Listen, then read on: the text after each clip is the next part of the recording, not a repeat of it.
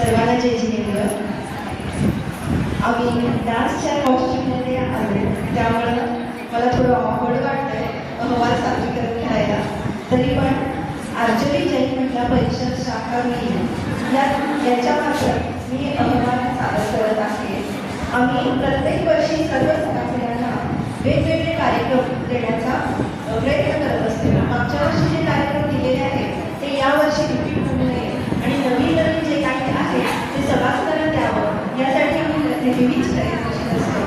आम्ही यावर्षी जे विविध कार्यक्रम घेतलेले आहेत त्याच्यामध्ये सगळ्यात पहिला जो कार्यक्रम आहे याच्यामध्ये कोण वडील जी धर्माचा होम मिनिस्टर हा कार्यक्रम घेतलेला आहे.